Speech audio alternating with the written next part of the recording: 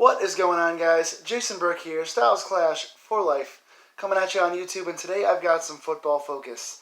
The Pittsburgh Steelers just played the Baltimore Ravens in Week 5 of the 2019 NFL season, and this was a make-it-or-break-it kind of a game for the Steelers. Pittsburgh was coming off that nice 27-3 win against the Bengals on Monday night, which I was at live.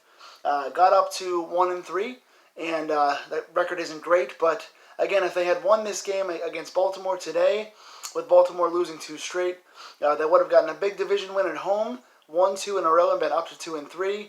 And then depending on what Cleveland does tomorrow night against a good 49er team, if they had lost, Pittsburgh could have been tied for division lead at 2-3 after their slow start. But then losing this game, if Pittsburgh were to lose a divisional home game against the Ravens like this and fall all the way down to 1-4, that pretty much would mean the end of their season, even though it's only Week 5. Now, I don't want to engage in hyperbole. I don't want to be your typical Yinzer that yells and rants and raves and says, season over, like some Pittsburgh and other hometown fans are known for. But even though it's only Week 5, Pittsburgh has lost this game to the Ravens and dropped down to 1-4 on the season. And again, losing a home game in the division is a huge, huge loss for us. Not to mention a bunch of injuries as well, which we'll get into. But at 1-4, with a divisional loss to the Ravens, and now having both the Ravens and the Browns markedly ahead of us, there's a lot of football left. There's a lot of division games left. We have the Ravens again around Christmas time. We still have the Browns twice. I don't think the Ravens or the Browns are as good as advertised. Their schedule is going to get tougher. Our schedule is going to get slightly easier.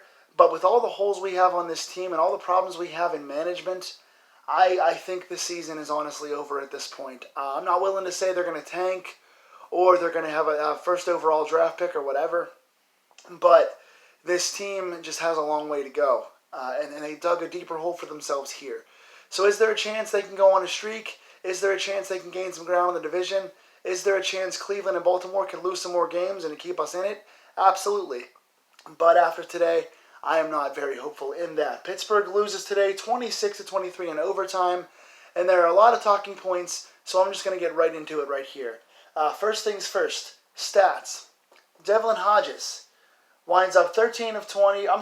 Mason Rudolph. I got distracted.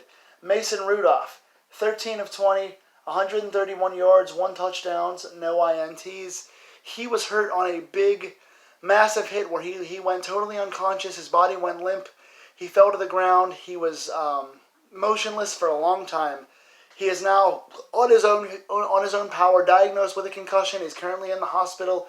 He's going to go through the NFL's concussion testing this week, and he may play next week, and he might not. We don't know yet. We just know he has a concussion. He did not finish the game.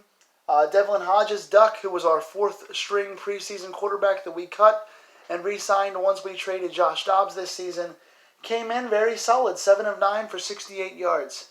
Jalen Samuels ran the Wildcat, threw 1 pass. It was intercepted. Stupid play calling. I'll get into that. James Conner, 14 carries, 55 yards, 1 touchdown. Played pretty well. Had about 3.9 yards a carry average. Didn't get a ton of carries as he got going, but played okay. Not bad, not great. Juju Smith-Schuster led the way, receiving 7 catches, 75 yards, 1 touchdown, and 1 fumble. I'll get into that. So offensively, 2 big things here you got to look at. Number 1, offensive play calling. I want to applaud them later in the game. They opened Mason Rudolph up a little bit. Again, 13 of 20 in this game. Led Mason pass a little bit. He led 1 great drive where he had a good pass to Washington. Good pass to Juju for a touchdown. Got some confidence, started throwing the ball a little bit. But they started off doing this Wildcat stuff again, which resulted in a big carry for a loss of 3 yards. Jalen Samuel, for some reason, got out on the edge and had an actual pass downfield for some reason, which all of his passes last week were all pitch plays in the Wildcat. He was on the edge for some reason and passed the ball way off. The play just looked dead from the beginning, and the pass was bad, and it got intercepted in our territory, deep in our own field position, which was a very dumb play call, and I was calling for Randy Fichtner's head. But then when Devlin Hodges came in, they did let Devlin Hodges do some play action.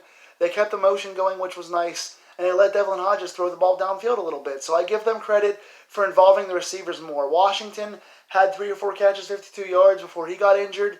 Juju again, 7 for 75. Vance McDonald had 3 or 4 catches downfield, which was nice. Deontay Johnson had 1 or 2. So they did let the quarterbacks throw to the receivers and open up and use play action a little bit. It wasn't as bad of play calling as it has been the past couple of weeks.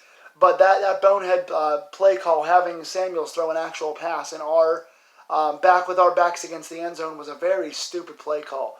Something else that I want to call out. In overtime, Mike Tomlin won the coin toss and deferred and defended instead of receiving the ball first. He chose to put his defense on the field, knowing that if the Ravens scored a touchdown, the game was over without us ever getting on the field. I understand why he did it.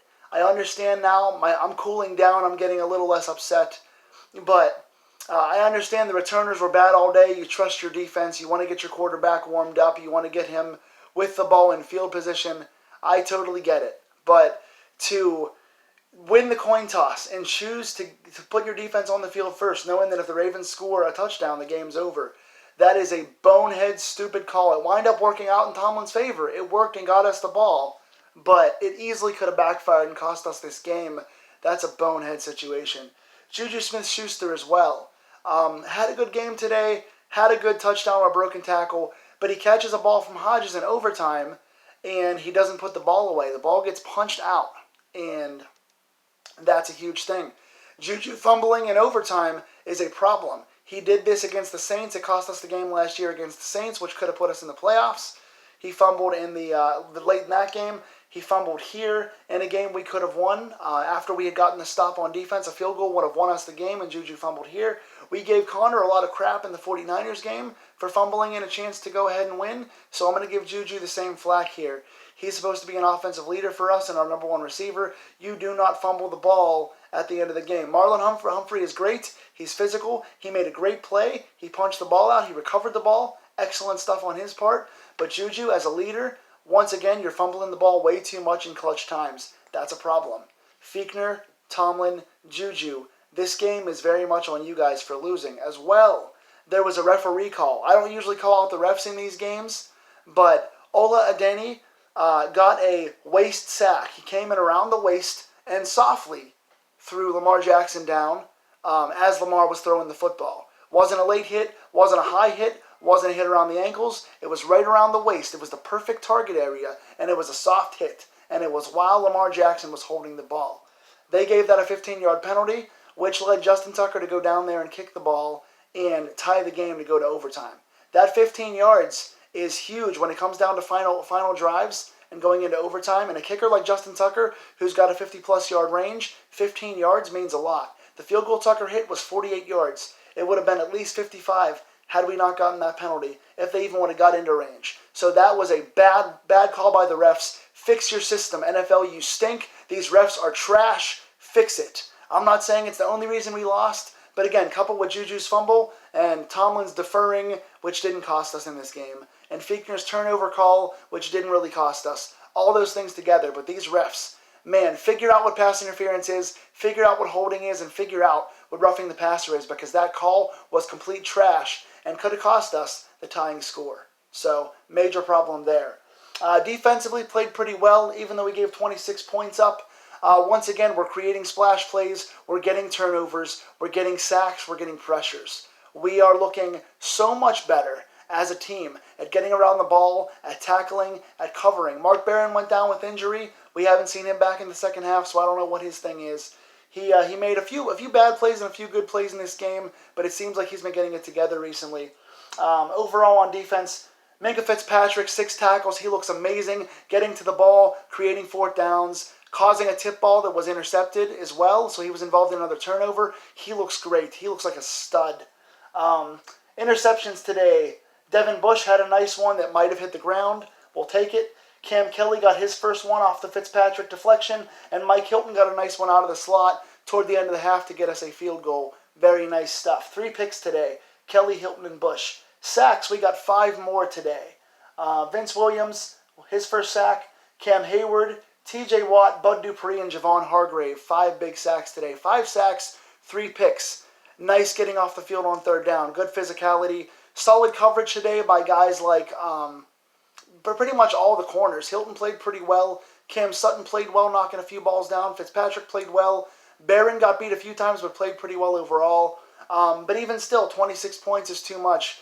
And all the things I said with the play calling and the offensive problems we have. So what do you guys think? Tell me in the comments below. I don't want to run too long. My camera is going to die, and I don't want to make this a rambling video.